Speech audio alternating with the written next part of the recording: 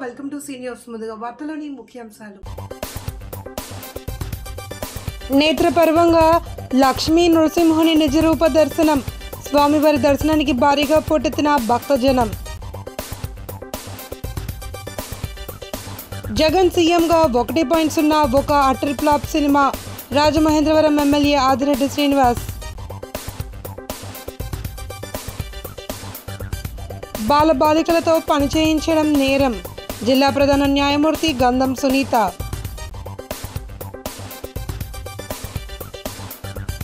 ఓఎన్జీసీలో contract డ్రైవర్లను దోచేస్తున్నారు. న్యాయం చేయకపోతే ఉద్యమిస్తామన్న అరుణ్.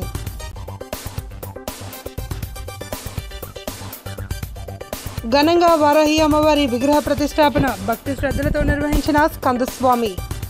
కోరుకొండ రోడ్డులోని సింహాచల నగర్ శ్రీ వారాహి లక్ష్మీ నరసింహస్వామి క్షేత్రంలో చందనయాత్ర మహోత్సవాల్లో భాగంగా శుక్రవారం స్వామి నిజరూప దర్శనం జరిగింది. మాఘదశమి రోజు కావడంతో నిజరూప దర్శనానికి భక్తులు పోటెత్తారు. భక్తులు భారీగా తరలి రావడంతో రోడ్లన్నీ కిక్కిరిసిపోయాయి. ఉదయం 6 గంటల నుండి వేలాదిగా ప్రజలు తరలి రావడంతో క్వారీ మార్కెట్, రైతు బజార్ వరకు క్యూ లైన్లలో గంటల తరబడి నిల్చుని భక్తులు స్వామి నిజరూప దర్శనం చేసుకున్నారు. సాయంత్రం 6 గంటల వరకు స్వామివారి దర్శనానికి ప్రజలు తరలి వస్తూనే ఉన్నారు. ఆలయ ధర్మకర్తలు కాలేపు సూర్య సింహాచలం, కాలేపు నాగేశ్వరరావు పర్యవేక్షణలో ఆలయ ప్రధాన అర్చకులు అవసరాల శ్రీకిరణ్ స్వామి తెల్లవారుజామున 3 గంటలకు సుప్రభాతం ఆరాధన, చందనోత్తరణ, సువర్ణ పుష్పార్చన సేవ నిర్వహించారు. అనంతరం ఉదయం 6 గంటల నుండి స్వామివారి నిజరూప దర్శనం మొదలైంది. శనివారం ఉదయం 11 గంటలకు స్వామివారి చక్రస్నానం కార్యక్రమం నిర్వహిస్తున్నట్లు తెలిపారు. స్వామివారి దర్శనానికి వచ్చేసిన భక్తులకు తీర్థప్రసాద వితరణ చేశారు. పోలీసులు భక్తులకు ఎలాంటి ఇబ్బందులు తలెత్తకుండా క్యూ లైన్లలో స్వామివారి దర్శనానికి పంపించారు.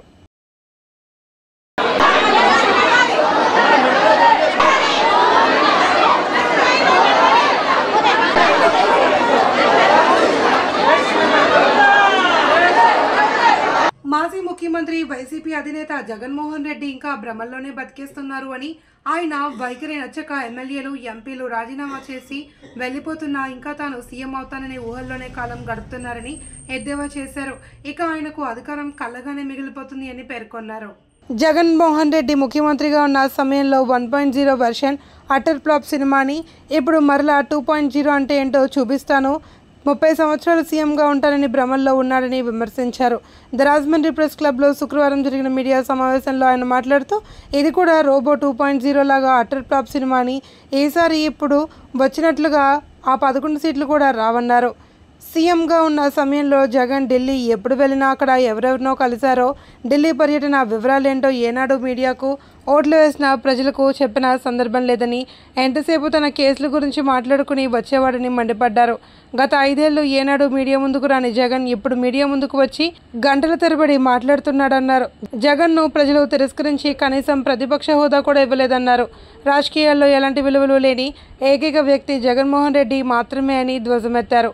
అనుశ్రీ సత్యనారాయణ, కాశీ నవీన్, మజ్జి రాంబాబు, రెడ్డి మనీశ్వరరావు, బుడ్డిగ రాధా, ఉప్పులూరి జానకి రామయ్య, యనుముల రంగబాబు, మేకమాటి సత్యనారాయణ, గుత్తుల సత్యనారాయణ, వైవిడి ప్రసాద్, బడ్డా తీంద్ర, విన్న వాసు పాల్గొన్నారు. రాష్ట్ర నలుమూల నుంచి వచ్చిన నాయకుల్ని రాత్రి వాళ్ళపైన దాడులు, భయపెట్టడాలు, ఇన్ని మీరు చేసి మరలా తిరిగి ఇది అప్రజాస్వామ్యం, మా వాళ్ళు భయపడుతున్నారంటే ఇదేనా 2.0 అంటే? ప్రజలు నవ్వుకుంటున్నారు జగన్మోహన్ రెడ్డి గారు. అన్నిటికి మించి మళ్ళీ పెద్ద కామెడీ ఏంటంటే, మళ్ళీ నాకు ప్రతిపక్ష హోదా ఇవ్వకపోతే అసెంబ్లీకి రాను. ప్రతిపక్ష హోదా నువ్వు అడిగితే ఎవరు జగన్మోహన్ రెడ్డి? ప్రతిపక్ష హోదా అన్నది నువ్వు సాధించాలి. నేను ప్రజలు తిరస్కరించారు, నువ్వు దాన్ని స్వాగతించాలి కదా. నువ్వు స్వాగతించి స్వీకరించి ప్రజాక్షేత్రంలో పోరాడాలి. అది చేయకుండా నాకు ప్రతిపక్ష హోదా ఇవ్వట్లేదు కాబట్టి అసెంబ్లీకి రాను. మేము మరలా చెప్తా ఉన్నాం, రావాలి. మీరు అసెంబ్లీకి వచ్చి ఇప్పుడు ఏదో మీరు చెప్పారు కదా, మా వాళ్ళందరినీ కూడా బహిరంగ మార్కెట్లో పశువుల కింద లాక్కుపోతున్నారు, కొనేస్తున్నారని. వచ్చి అసెంబ్లీలో అడగండి, సమాధానం చెప్తాం. మా ముఖ్యమంత్రి వరకు అక్కర్లా, మేమే చెప్తాం. కుప్పంలో చూసాం, తిరుపతి బై ఎలక్షన్లో కళ్ళతో చూసాం. మీరు చేసిన అగాత్యాలు, మీరు చేసిన దారుణాలు మేమే చెప్తాం అసెంబ్లీ సాక్షిగా. మీరు వస్తే కదా ఇవన్నీ మాట్లాడుకోవడానికి ఉంటుంది. మీరు రాకుండా గత 5 ఏళ్ళు ప్రెస్ మీట్లే పెట్టలా. సంతోషం. ఈరోజు ఎన్డీఏ కూటమి పుణ్యమాన జగన్మోహన్ రెడ్డి గారు ప్రెస్ ముందుకు వచ్చి గంటలు బోల్డ్ మాట్లాడుతూ ఉన్నారు, చాలా మాట్లాడుతూ ఉన్నారు. అదే మీరు అసెంబ్లీకి వచ్చి మాట్లాడండి. మీకు మరలా చెప్తున్నాం, మీరు అసెంబ్లీకి వస్తే మీ తరపున మేము వెళ్ళి మా నాయకుడికి సార్ ప్రతిపక్ష హోదా ఇవ్వండి, ఆయన అసెంబ్లీ మానకుండా వస్తారట అని మేము వెళ్ళి అడుగుతాం మాలాంటి ఎమ్మెల్యేలు అందరం. కానీ రాకుండా ఎక్కడో కూర్చొని విమర్శిద్దామంటే ఊరుకునేది లేదు. ఇంకా చెప్తా ఉన్నారు, జమిలీ ఎప్పుడు జరిగినా వచ్చేస్తారట, ఎన్డీఏ కాదు వారు వచ్చేస్తారట. జమిలీ ఎప్పుడు జరిగితే అప్పుడు ప్రజలందరూ కూడా సిద్ధంగా ఉన్నారట. అంతెందుకు, మీరు శాసనసభ్యుడు రెసిగ్నేషన్ ఇచ్చేయండి, ఇచ్చేసి మళ్ళీ బై ఎలక్షన్కి వెళ్ళండి. మిమ్మల్ని మీరే టెస్ట్ చేసుకోండి, తెలిసిపోద్ది కదా ప్రజలు మీ పక్షాన ఉన్నారో మా పక్షాన. మీరు నెగ్గిన సీట్ని అడుగుతా ఉన్నాం. మీరు నెగ్గిన సీట్లోనే మీరు ఈరోజు నెగ్గలేని పరిస్థితులు ఈరోజు ఉన్నాయి. కారణం ఎన్డీఏ కూటమి పరిపాలన అంత గొప్పగా ఉంది. నిష్పక్షపాతంగా వారు వీరు అని లేదు, అందరికీ సంక్షేమ కార్యక్రమాలు ఇచ్చుకుంటూ అభివృద్ధి కార్యక్రమాలు చేస్తూ ఉన్నాం.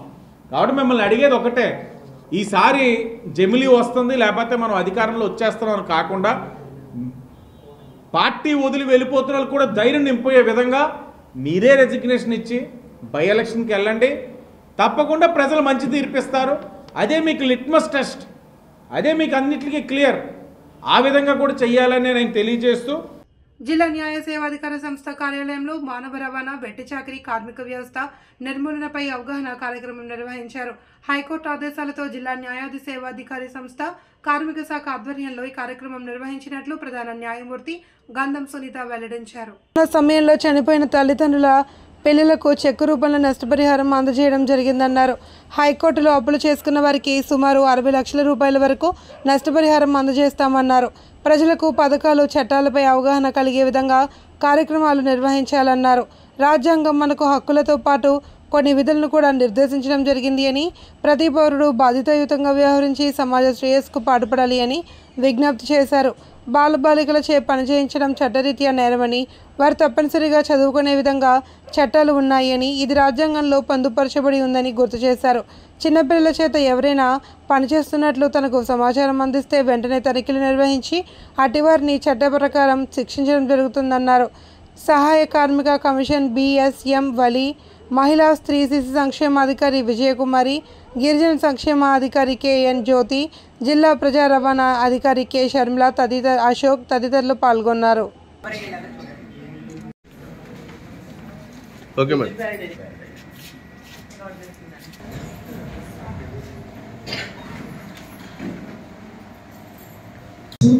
నాల్సా అంటే national legal services authority supreme చాలా గైడ్ లైన్స్ ఫ్రేమ్ చేసి స్కీమ్స్ ఇంట్రడ్యూస్ చేశారు.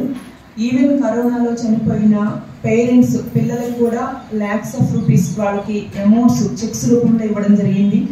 కాంపెన్సేషన్ కూడా యాసిడ్ అటాక్స్, విమెన్ మీద అఫెన్సెస్ జరిగినవి ఎవరైతే కాంపెన్సేషన్ మనకి రికమెండ్ చేస్తారో వివిధ కోర్టుల నుండి వాటన్నిటిని కన్సిడర్ చేసి ఫైనాన్షియల్ స్టేటస్ని వాళ్ళది అసెస్ చేసుకున్న తర్వాత వాళ్ళకు కూడా జీవోస్ ప్రకారం, గవర్నమెంట్ జీవోస్ ప్రకారం కాంపెన్సేషన్ ఇప్పించడం జరుగుతుంది. గత ఏడాది మొత్తం కాంపెన్సేషన్ అంటే నష్టపరిహారం బాధితులకు మాత్రమే 60 లక్షల వరకు డిపాజిట్ చేసేసాము. ఆల్రెడీ హైకోర్టు వారు డిపాజిట్ చేశారు. ఇలా వివిధ రకాలైనటువంటి స్కీమ్స్ ద్వారా పబ్లిక్ అవేర్నెస్ తీసుకురావాలి. స్కీమ్స్ గురించి పబ్లిక్ అవేర్నెస్, చట్టాల గురించి పబ్లిక్ అవేర్నెస్. మన సొసైటీలో మన ఇంట్లో మనం బాగుంటే మన ఇల్లు బాగుంటుంది, మన ఇల్లు బాగుంటే మన వీధి, ఊరు నుండి జిల్లా, జిల్లా నుండి రాష్ట్రం, అందరూ ఎవరికి వాళ్ళు మనకి రెస్పాన్సిబిలిటీ, రాజ్యాంగం మనకి హక్కులతో పాటు విధులను కూడా ఇచ్చింది అనే రెస్పాన్సిబిలిటీ తీసుకుంటే తప్ప మన దేశాన్ని మనం సమృద్ధిగా కానీ శాంతిగా కానీ ఉంచుకోనే పరిస్థితులు ఫ్యూచర్లో ఉండవు. బాండెడ్ లేబర్ డే సందర్భంగా ఈ ప్రోగ్రాం ఏర్పాటు చేయడం జరిగింది. మన జిల్లా జడ్జి గారు కూడా హాజరయ్యి వారి అమూల్యమైనటువంటి సందేశాన్ని ఇచ్చారు. ఇప్పుడు బాండెడ్ లేబర్ యాక్ట్ అంటే ఏమిటి అన్నది బ్రీఫ్గా మీ అందరికీ తెలియజేస్తాను. బాండెడ్ లేబర్ యాక్ట్ అంటే ఈ యాక్ట్లోనే బాండెడ్ అని ఉంది. అసలు అది మనం అర్థం చేసుకోవాలి. What is bondage? బాండేజ్ అంటే ఏమిటంటే అప్పు యొక్క బంధం.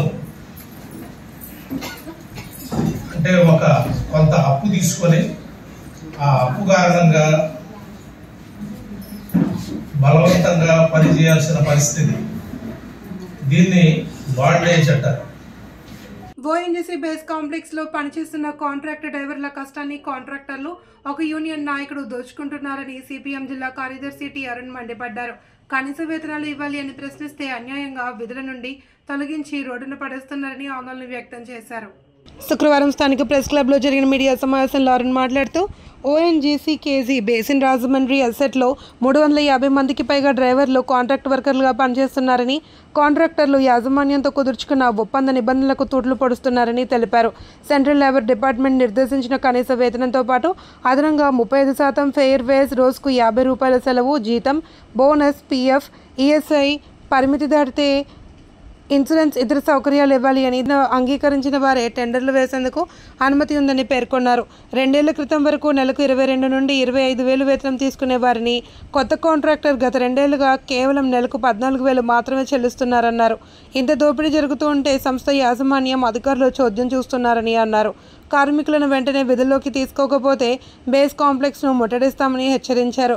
ఈ సమావేశంలో సిపిఎం జిల్లా కార్యదర్శి వర్గ సభ్యులు బి పవన్, నాయకులు ఎస్ఎస్ మూర్తి, కాంట్రాక్ట్ డ్రైవర్స్ పాల్గొన్నారు. ఎవరైతే సిఐటిలో చేరి ఈ దోపిడీ జరుగుతోంది, మాకు అన్యాయం జరుగుతోందని చెప్పి మాట్లాడినటువంటి డ్రైవర్లని అక్రమంగా ఉద్యోగులను తొలగించారు. నా పక్కన కూర్చున్న ఆయన అప్పారావు గారు 30 సంవత్సరాల నుంచి దాంట్లో డ్రైవర్గా పనిచేస్తున్నారు. ఆయన్ని మొన్న 3వ తారీఖు నుంచి అక్రమంగా డ్యూటీ నిలుపుదల చేశారు. వెనకాల త్రినాథరావు గారిని ఒక ఆయన కూర్చున్నారు. ఆయన దాదాపు 35 ఏళ్ళు సర్వీస్ చేశాడు. ఆయన కూడా ఈ దోపిడీని ప్రశ్నిస్తూ ముందుకు వచ్చి నిలబడ్డాడని చెప్పి ఆయన ఉద్యోగులను తొలగించారు. ఇంకొక ఆయన్ని వెనకాల కూర్చున్న అందరినీ ఉద్యోగాల్లోంచి తొలగించారు. అంటే ఒకసారి వీళ్ళందరినీ ఉద్యోగాల్లోంచి తొలగింపు చేసిన పరిస్థితి ఉన్నది. అంటే కనీసం వేతనం ఇవ్వాలి అని చట్టం చెప్తున్నా ఓఎన్జీసీ సంస్థ కేంద్ర ప్రభుత్వం డబ్బులు కనీస వేతనం, ఫెయిర్ వేజ్ కాంట్రాక్టర్లకు చెల్లిస్తుంటే ఆ కాంట్రాక్టర్లు ఇవాళ కార్మికులకి జీతం ఇవ్వకుండా అడ్డగోలుగా దోచుకు తినేస్తూ ఉంటే, అయ్యా మా కడుపులు మాడిపోతున్నాయి, మా జీతం మాకు ఇప్పించండి అని అడిగితే అక్రమంగా ఉద్యోగాలను తొలగించేసి దుర్మార్గమైన పద్ధతులకి ఇవాళ పాల్పడుతూ ఉన్నారు. పైగా ఆయన బెదిరిస్తూ ఉన్నాడు. పిఈ సురేష్ గారు బెదిరిస్తూ ఉన్నాడు, డ్రైవర్లందరినీ పిలిచి బెదిరిస్తూ ఉన్నాడు. మేము మొత్తం ఎవరైతే మా యూనియన్ నుంచి బయటికి వెళ్ళి మాకు జీతాలు కావాలని అడుగుతున్నారో అందరినీ తీసేస్తాను, ఇదంతా నాదని చెప్తా ఉన్నాడు. అంటే వాళ్ళ కేంద్ర ప్రభుత్వ సంస్థ ఓఎన్జీసీ లేకపోతే సురేష్ సొంత జేబు సంస్థ అని చెప్పి అడుగుతూ ఉన్నాయి వేళ. అంటే ఒక కేంద్ర ప్రభుత్వ సంస్థ, మహారత్న సంస్థ, ప్రభుత్వ డబ్బులు, ప్రజల పన్నులతో వసూలైన డబ్బులు, ఇవాళ ఆ డబ్బుల్ని కాంట్రాక్టర్లు జేబులు వేసుకుని ఆ జేబులు మింగేస్తూ ఉంటే ఇవాళ అసెట్ మేనేజ్మెంట్ అధికారులు చోద్యం చూస్తూ ఉన్నారు. లాజిస్టిక్ అధికారి చర్చలకు వస్తాడు కార్మిక శాఖ దగ్గర. అమలాపురం పార్లమెంట్ సభ్యులు హరీష్ గారికి వినతిపత్రం ఇచ్చాం, ఇద్దరికి కూడాను. ఎందుకంటే కేంద్ర ప్రభుత్వ సంస్థ కాబట్టి ఎంపీల ద్వారా సంస్థ మీద ఒత్తిడి తేవడం కోసం రిప్రజెంటేషన్ ఇచ్చాం. వాళ్ళిద్దరూ సానుకూలంగా స్పందించారు, మాట్లాడతామని చెప్పారు. అయితే ఈ లోపలనే వర్కర్లను తొలగింపు చేస్తారు కాబట్టి దీన్ని పత్రికాముఖంగా బహిరంగ చెప్పాలని ఉద్దేశం.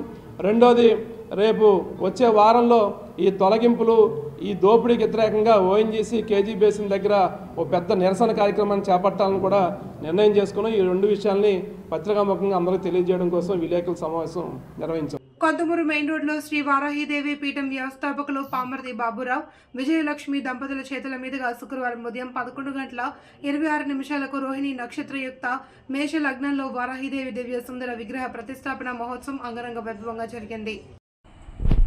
ఈ నెల 5వ తేదీన పామర్తి బాబురావు, విజయలక్ష్మి దంపతుల చేతుల మీదుగా ప్రారంభమైన ప్రతిష్టాపన మహోత్సవాలు ఘనంగా జరిగాయి. శుక్రవారం తెల్లవారుజాము నుండి అమ్మవారికి ప్రత్యేక పూజలు, అభిషేకాలు జరిగాయి. షణ్ముఖపీఠం వ్యవస్థాపకులు స్కందస్వామి పర్యవేక్షణలో శాస్త్రోక్తంగా ఈ ప్రతిష్టాపన కార్యక్రమం జరిగింది. భక్తులు భారీగా తరలివచ్చి అమ్మవారిని దర్శించుకుని తీర్థ ప్రసాదాలు స్వీకరించారు. పామర్తి బాబురావు మాట్లాడుతూ ప్రతి ఏటా అమ్మవారికి పూజలు నిష్ఠతో నిర్వహిస్తుంటామని, ఆమె స్వప్నంలో దర్శనమిచ్చి వారాహి అమ్మవారి ఆలయ నిర్మాణం చేయాలి అని చెప్పడంతో ఈ స్థలాన్ని కొనుగోలు చేసి 41 రోజుల్లోనే నిర్మాణం పూర్తి చేశామన్నారు. ఈ అమ్మవారి దయ ప్రజలందరిపై ఉండాలన్నారు. స్కందస్వామి మాట్లాడుతూ కాశీలో ఉన్నట్టుగా ఇక్కడ వారాహి అమ్మవారు కొలువు తీరారని, ప్రతిరోజు ఉదయం సాయంత్రం అమ్మవారిని దర్శించుకోవచ్చన్నారు. బాబురావు కుటుంబ సభ్యులు ఆయురారోగ్యాలతో ఉండాలి అని ఆశీర్వదించారు. రాజనగరం ఎమ్మెల్యే బత్తుల బలరామకృష్ణ, డీసీసీబీ మాజీ చైర్మన్ ఆకుల వీర్రాజు, ఎర్ర వేణు, పిన్నమరెడ్డి, ఈశ్వరుడు, పంతం కొండలరావు తదితరులు అమ్మవారిని దర్శించుకున్నారు. 5,000 మంది భక్తులకు అన్న సమారాధన నిర్వహించారు. జై వారాహి మాతాయ నమో నమః. ఈరోజు పామతి బాబురావు గారి ఆధ్వర్యంలో ఆయన చిరకాల కోరిక ఏదైతే వారాహి అమ్మవారి ఆలయ నిర్మాణం ఉందో ఆయన చేయాలనుకున్నది 41 రోజుల్లో స్థలం కొనటం, అలాగే ఆలయ మందిర నిర్మాణం చేయటం, ఆ నిర్మాణం చేసి ఈరోజు అఖండ వైభవంగా చెప్పలేం మాటల్లో అలాంటి భక్తుల జనసందోహంతో ఈరోజు అమ్మవారు ప్రతిష్ఠిత అయి ప్రాణప్రతిష్ఠ చేసుకుని కొంతమూరు గ్రామంలో కూర్చుని ఉన్నారు. ఆ అమ్మవారి యొక్క ఆశీస్సులు, చల్లని చూపులు అందరికీ ఉండాలని, అలాగే ఏదైతే పామతి బాబురావు కుటుంబం ఉందో వారందరూ కూడా ఆ అమ్మవారి సేవలో తరించడానికి ఆ అమ్మవారు ఆయనకి అనుగ్రహం ఇవ్వడం. ఓం శ్రీమాత్రాయన్మ. మేము అమ్మవారికి ప్రతిరోజు పూజ చేసుకునే వాళ్ళండి. అప్పుడు 2 సంవత్సరాలు పెట్టేసి అమ్మవారిని ఇంట్లో నిలబెట్టుకోవడం, ప్రతిరోజు అమ్మవారికి ఇష్టమైంది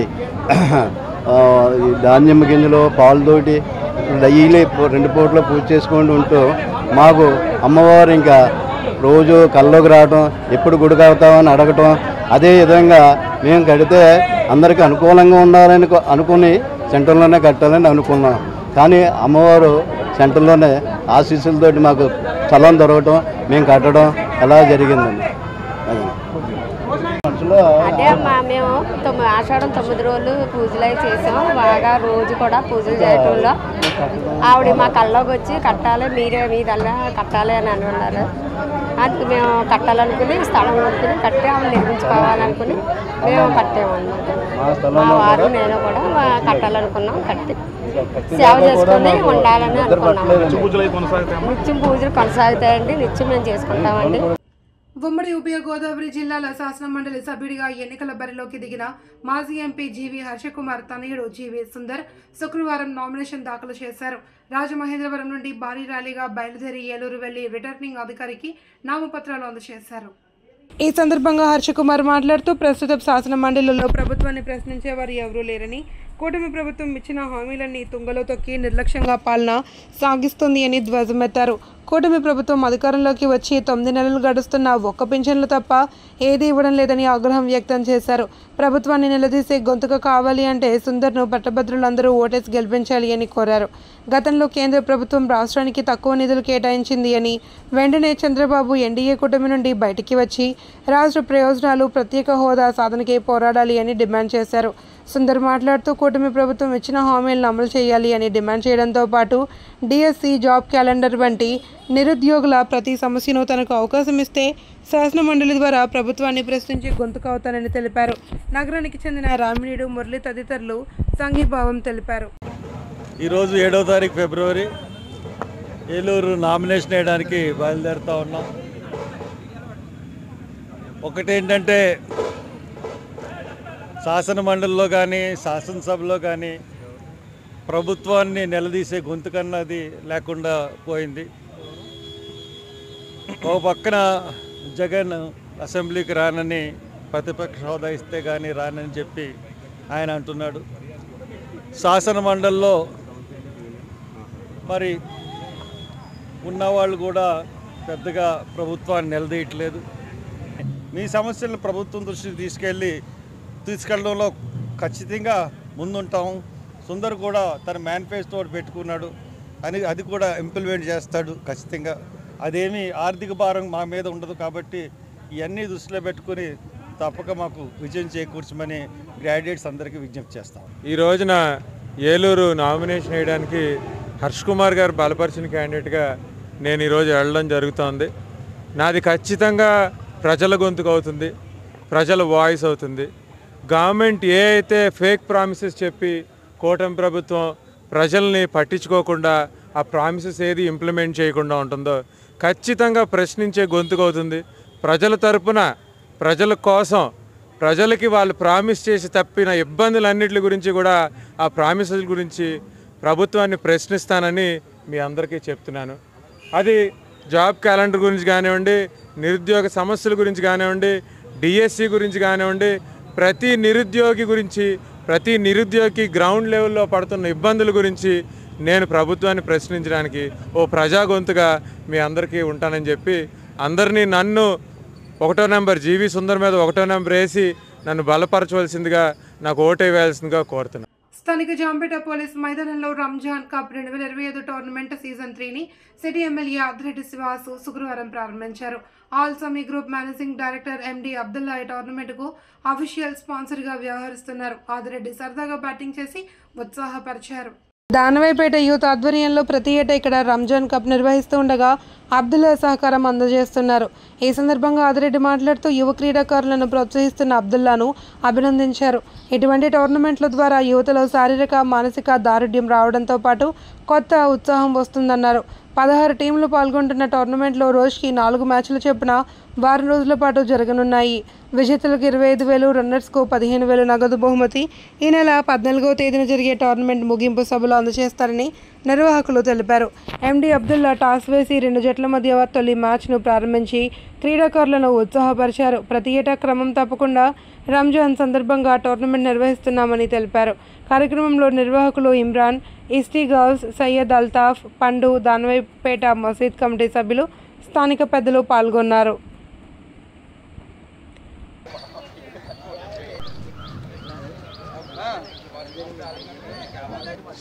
ప్రతి సంవత్సరంలాగే ఈ సంవత్సరం కూడా రంజాన్ కప్ పెట్టడం జరిగింది అల్సమీ గ్రూప్ ఆఫ్ ఇండస్ట్రీస్ తరఫున. ప్రతి సంవత్సరం పవిత్రమైన రంజాన్ మాసం ముందు ఈ యొక్క Ramzan cup tournament, cricket tournament సరదాగా మా దానాపేట్ యూత్ అసోసియేషన్ వారు నిర్వహిస్తూ, నేను స్పాన్సర్ చేస్తూ ప్రతి సంవత్సరం ఇది చేస్తున్నాము. ఈ సంవత్సరం కూడా 16 టీములు ఇందులో పాల్గొనడానికి వచ్చాయి. సో అందరికీ ఆల్ ది బెస్ట్, అందరూ బాగా ఆడాలని కోరుకుంటున్నాను. ప్రతి సంవత్సరం లాగా ఈ సంవత్సరం కూడా రంజాన్ కప్ సీజన్ 3 స్టార్ట్ చేయడం జరిగింది.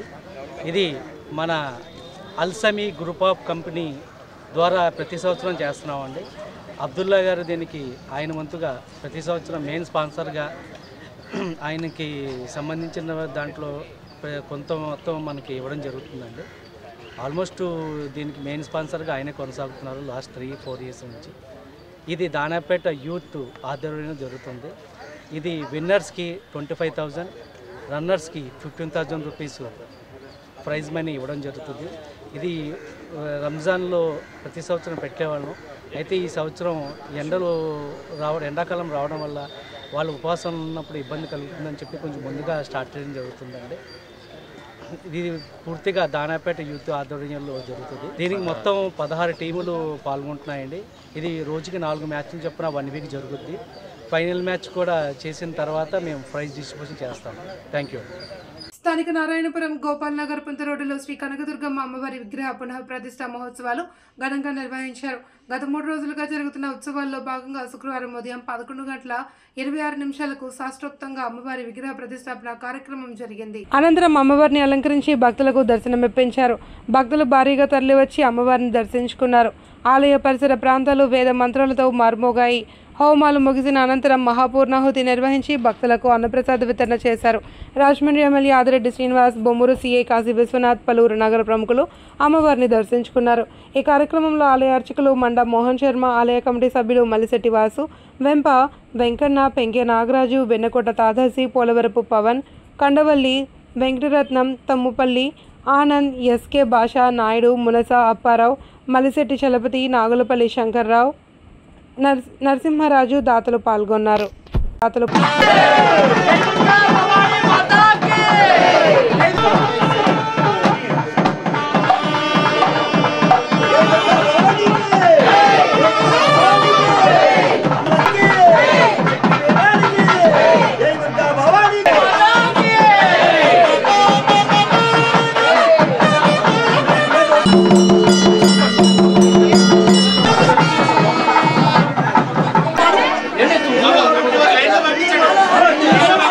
Hey!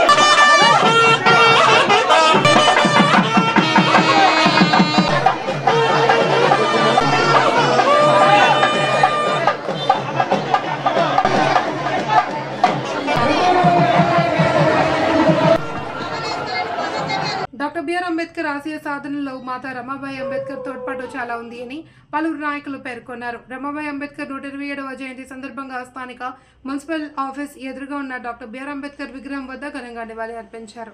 SC ST employees association president Taluri Babu Rajendra Prasad అధ్యక్షత వహించగా కోరుకొండ చిరంజీవి మాట్లాడుతూ బిఆర్ అంబేద్కర్ని 8వ ఏట రమాబాయి అంబేద్కర్ వివాహం చేసుకున్నారన్నారు. పీయూసీ పాస్ అయ్యి డిగ్రీ చదవడానికి సన్నద్ధమవుతున్న సందర్భంగా ఆయన చదువుకోవడానికి ఏ విధమైన అభ్యంతరం తెలపకుండా విద్య అభ్యసించడంలో ఎంతో ప్రోత్సహించడమే కాకుండా పిల్లలను ఆవిడే అన్నీ తానే చూసుకున్నారని అన్నారు. అంబేద్కర్ విదేశాల్లో చదువుతున్నప్పుడు ఆయన ఖర్చులకు రమాబాయి పేడతో పిడకలు వేసి వాటిని ద్వారా వచ్చిన ఆదాయాన్ని కుటుంబ పోషణకు ఉపయోగిస్తూ మిగిలిన సొమ్ము పంపడం చాలా ఆశ్చర్యకరమైన విషయం అన్నారు. దళిత నాయకులు దారా యేసురత్నం, జంగా సుబ్బారావు, ఉసురుమర్తి రామారావు, అర్ధాల కుమార్ బాబు, అజ్జరపు రమేష్, పాము బాబురావు, బర్రా చిన్ని, జువ్వల రాంబాబు, మోతా నాగలక్ష్మి, బేబీ, దువ్వాడ రాజా, సోమవీరభత్తుల విజయ్ తదితరులు పాల్గొన్నారు.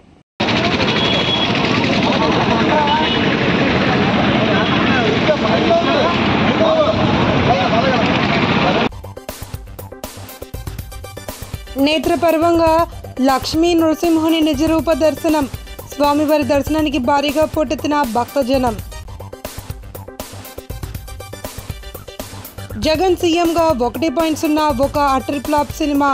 రాజమహేంద్రవరం ఎమ్మెల్యే ఆదిరెడ్డి శ్రీనివాస్. బాలబాలికలతో పని చేయించడం నేరం. జిల్లా ప్రధాన న్యాయమూర్తి గంధం సునీత.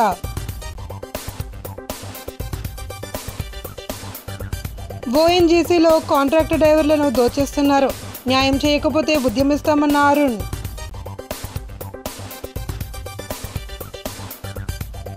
ఘనంగా వారాహి అమ్మవారి విగ్రహ ప్రతిష్టాపన. భక్తి శ్రద్ధలతో నిర్వహించిన స్కందస్వామి.